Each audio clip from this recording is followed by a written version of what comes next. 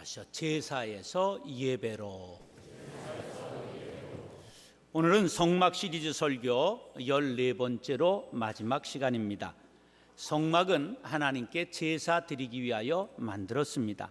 그 제사를 지내는 제사법에 관한 기록이 레위기고, 레위기의 가장 중요한 핵심 단어는 거룩입니다. 내가 거룩하니 너희도 거룩할지니라. 레위기 주제절이 11장 45절입니다. 죄 많은 인간이 거룩하신 하나님과 교제하려면 거룩해져야만 합니다. 하나님은 그 존재 자체가 절대 거룩하십니다. 그렇기 때문에 인간이 하나님을 만나려면 거룩해져야 되는데 그 방법이 바로 피로 제사를 드리는 것입니다. 따라서 레위기는 거룩성을 유지하기 위한 방법으로 5대 제사를 설명하고 있습니다. 자, 번제, 소제, 화목제, 속죄제, 속건제 5가지 제사가 있는데, 번제는 올라, 그런 히브리어인데 뜻이 묘하게도 올라간다, 그런 뜻입니다. 짐승을 통째로 불살라 제물을 바쳤고요, 짐승의 피를 단 사면에 뿌리고 가죽을 제외한 제물 전체를 불살라 하나님께 드렸습니다. 번제의 목적은 하나님께 대한 온전한 충성과 헌신을 다짐하는 것입니다. 영적인 의미는 그리스도께서 속죄를 위해 피 흘리시고 생명을 바치신 것을 의미합니다. 그리스도께서 우리를 위하여 자신을 버리사 향기로운 제물과 희생 제물로 하나님께 드리셨다고 에베소서 5장 2절은 말씀하고 있습니다. 두 번째 제사가 소제인데요, 가루를 드린다, 그런 뜻이지요. 민하, 그 뜻은 선물입니다. 독립된 제사라기보다는 번제나 화목제를 드릴 때 곡식가루를 함께 불살라 드리는 제사입니다. 목적은 하나님께 대한 순수한 희생적 봉사를 뜻하고요, 영적인 의미는 죄 없으신 그리스도께서 자신을 온전히 희생하여 하나님 앞에 드리셨음을 의미합니다. 소제물로 첫 이삭과 첫 열매를 드렸는데 그 의미는 땅에 나는 모든 산물이 하나님께서 주신 것입니다 하는 신앙의 고백을 담아 드리는 것입니다. 세 번째 제사를 화목제라고 말하는데 뜻은 히브리어로 셀렘, 보답과 응답이라는 뜻입니다. 짐승을 잡아 피를 제단 사면에 뿌리고 내장 기름을 단에 불살라 드리고 가슴을 이렇게 앞뒤로 흔드는 요제로 드리고, 그리고 뒷다리는 이것을 하나님 앞에 올렸다 내렸다 드리기 때문에 들것자를 써서 거제라 그렇게 말하는 것입니다.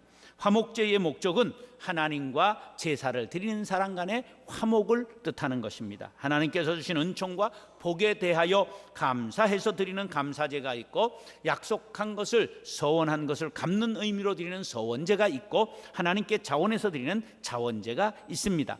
영적 의미는 예수 그리스도께서 십자가에서 피 흘려 죽으심으로 하나님과 성도들을 화목해 하신 것을 뜻합니다. 그의 십자가의 피로 화평을 이루셨다, 또 자기와 화목하게 되기를 기뻐하심이라 하는 골로새서 1장 20절이 이것을 말씀해 주고 있습니다.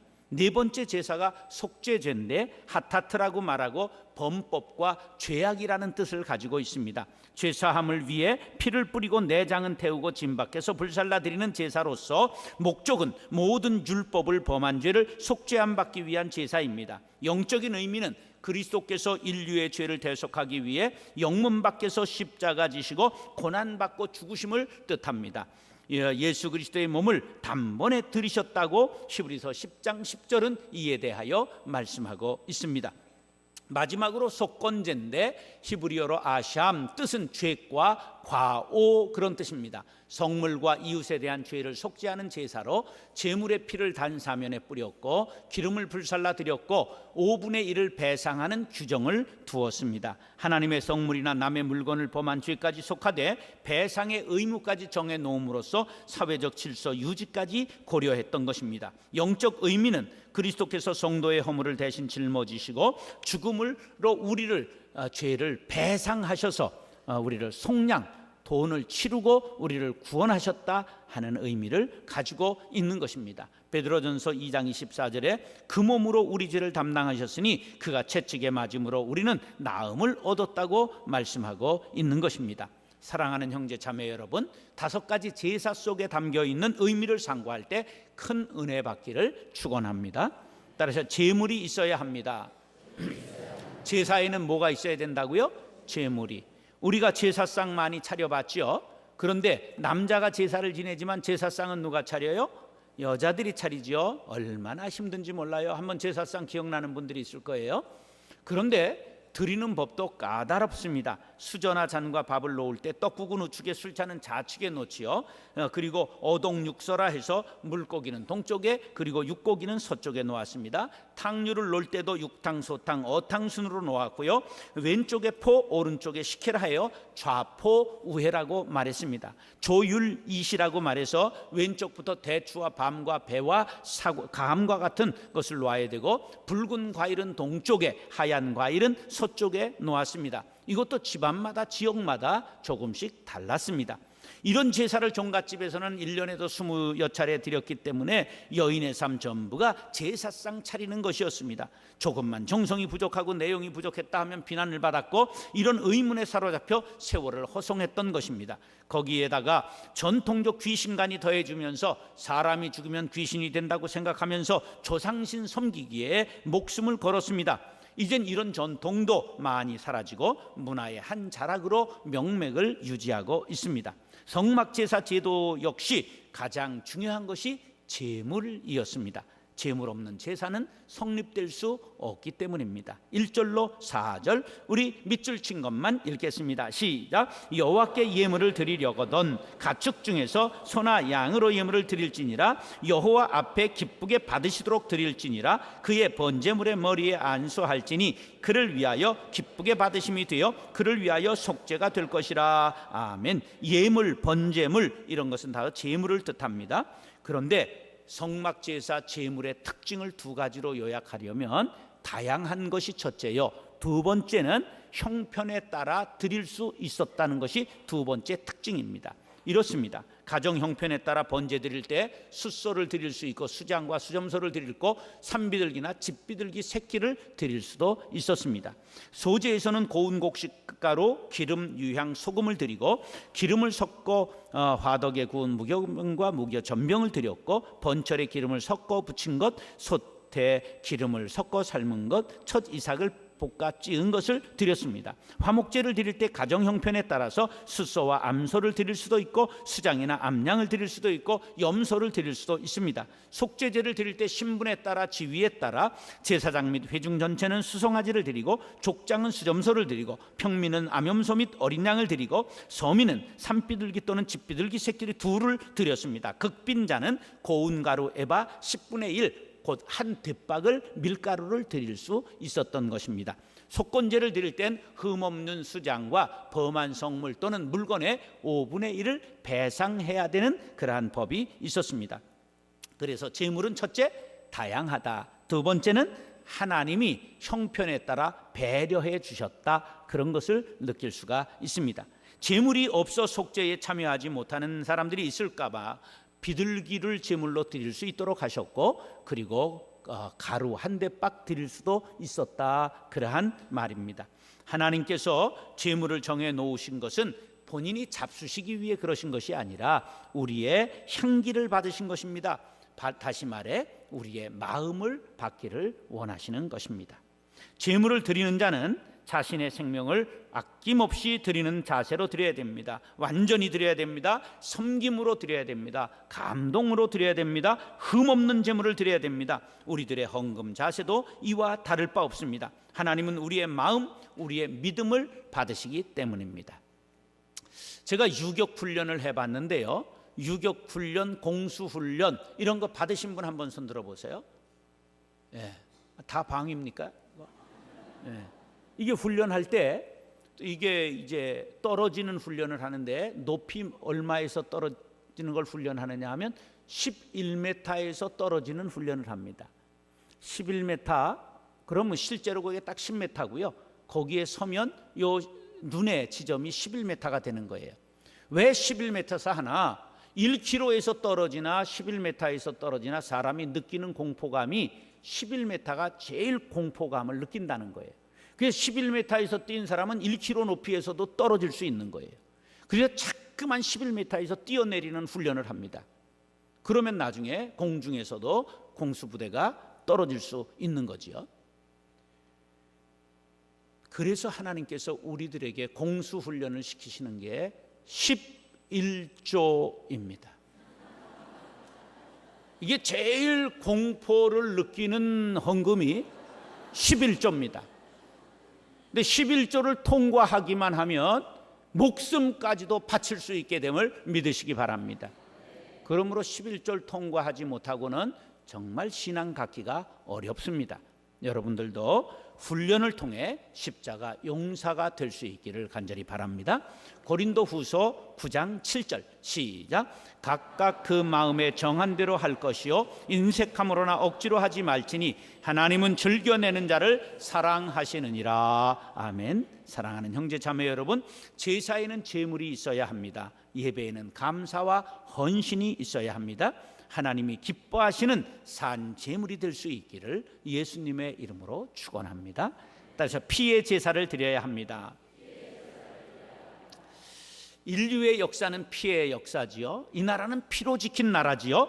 평화를 지키기 위해 얼마나 많은 피를 흘렸는지 모릅니다. 대가를 지불하지 않고 얻는 것은 가치가 없습니다. 하나님께서 범죄한 인간을 징계하시고자 그냥 때마다 징계하시면 인류는 아주 씨가 말라버렸을 것입니다. 그래서 하나님이 인간을 살리시고자 제사 제도를 피의 제사 제도를 할 때 짐승으로 드리라고 말씀하신 것입니다. 그래서 희생양을 삼는 피의 제사를 드렸는데 5대 제사 중에 소제를 뺀 4가지가 피의 제사입니다. 육체의 생명은 피에 있음이라 생명이 피에 있으므로 피가 죄를 속하느니라. 아멘. 피에는 생명이 있고 속죄함의 능력이 있습니다. 그래서 피의 제사를 드리라고 명령하신 것입니다. 5절입니다. 시작. 그는 여호와 앞에서 그 숫송아지를 잡을 것이요 아론의 자손 제사장들은 그 피를 가져다가 회막문 앞 제단 사방에 뿌릴 것이요. 아멘.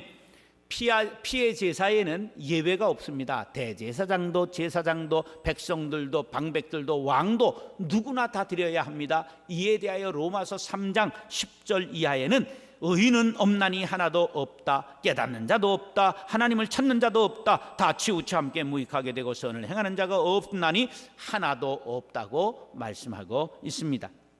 문제는 짐승의 피로 제사하는 건 한시적으로밖에는 효용이 없다는 사실입니다.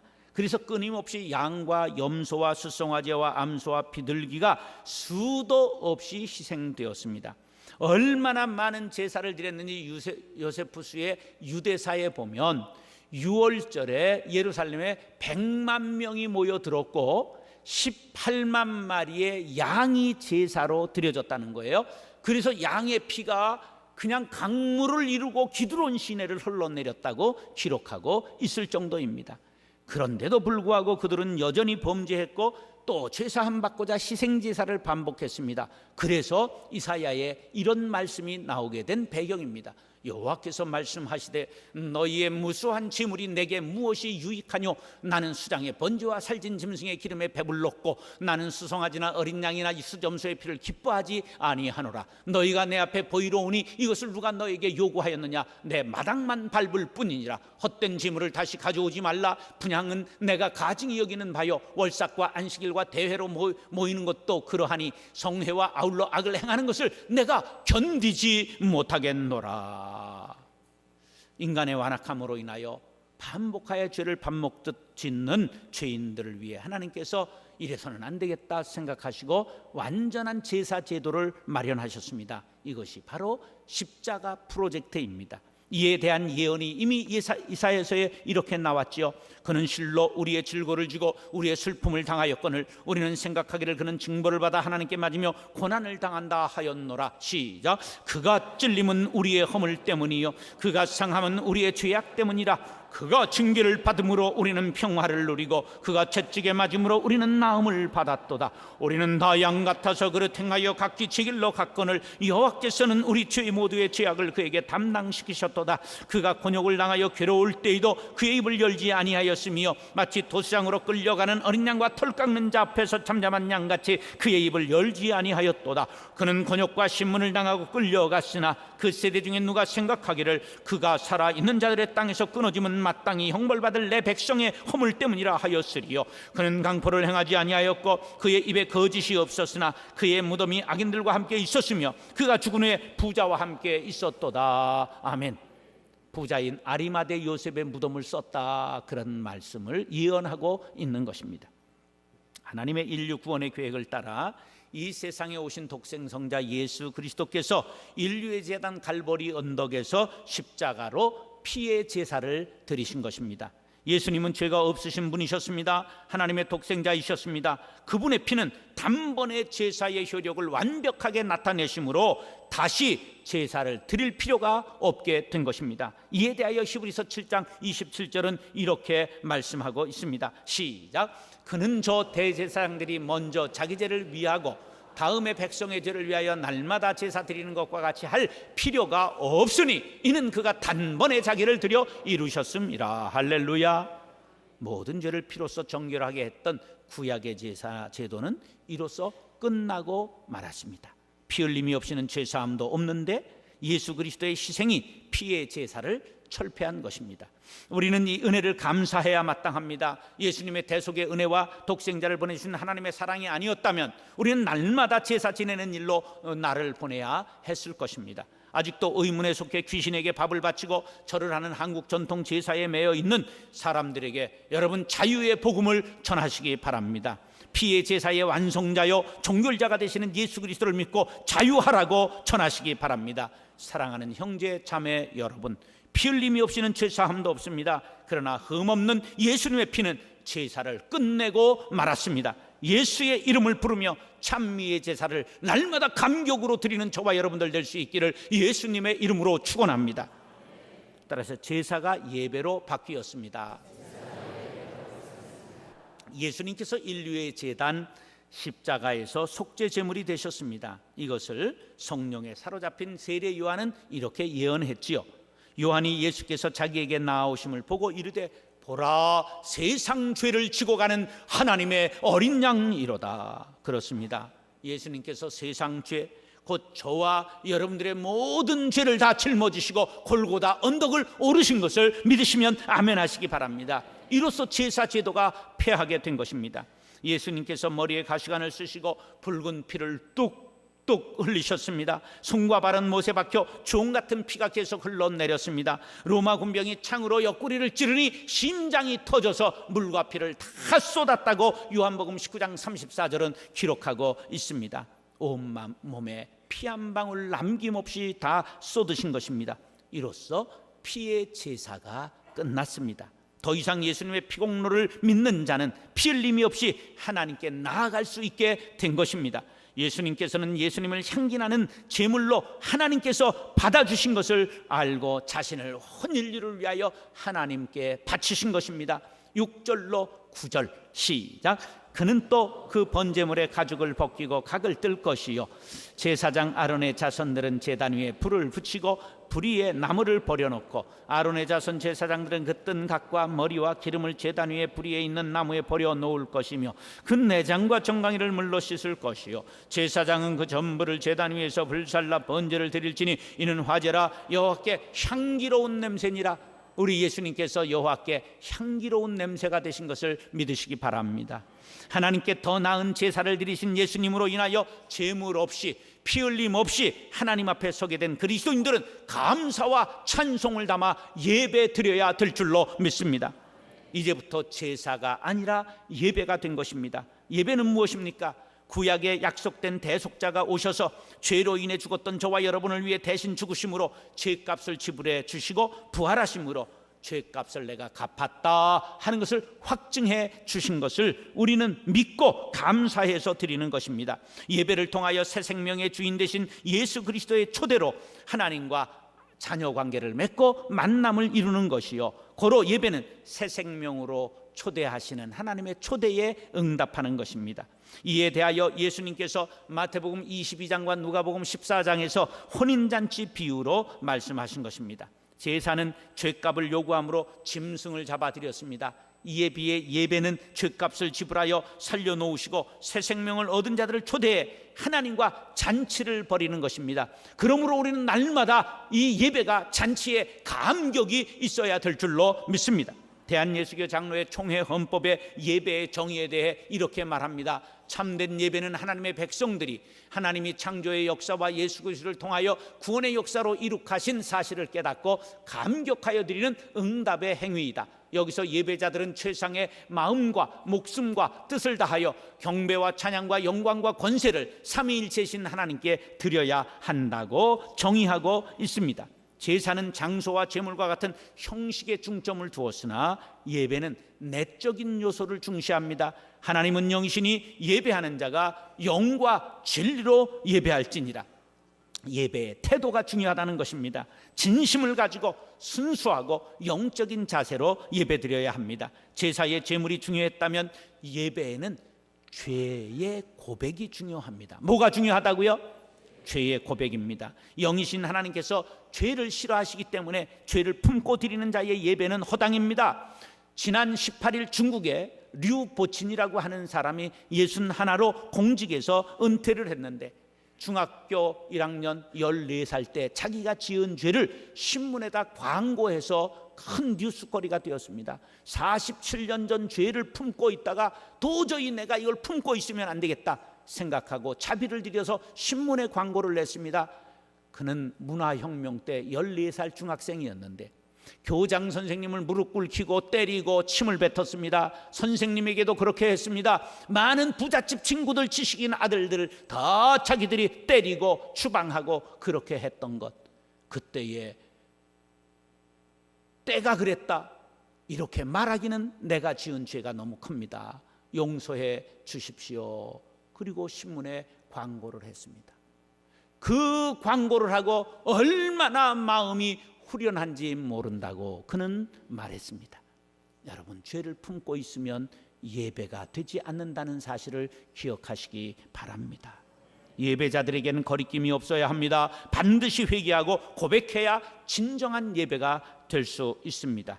누구든지 하나님을 사랑하노라 하고 그 형제를 미워하면 이는 거짓말하는 자니 보는 바 그 형제를 사랑하지 아니하는 자는 보지 못하는 바 하나님을 사랑할 수 없느니라. 우리가 이 계명을 주께 받았나니 하나님을 사랑하는 자는 또한 그 형제를 사랑할지니라. 아멘. 하나님 앞에서 형제와 불화한 것을 전부 회개하고 화목할 때 하나님께서 예배를 받아주신다는 사실을 믿으시기 바랍니다. 이런 예배가 진리로 드리는 예배요 산제사입니다. 예수님이 그렇게 말씀하셨지요. 마태복음 5장입니다. 시작. 그러므로 예물을 제단에 드리려다가 거기서 내 형제에게 원망 들을 만한 일이 있는 것이 생각나거든 예물을 제단 앞에 두고 먼저 가서 형제와 화목하고 그 후에 와서 예물을 드리라. 아멘. 오늘 부부가 옆에 앉아 있는데 아침에 말다툼하고 마음 상해서 왔으면 이 시간 용서해줘 그렇게 손잡고 화해하시기 바랍니다. 그렇지 않으면 그 예배가 전부 헛것이 된다는 거예요.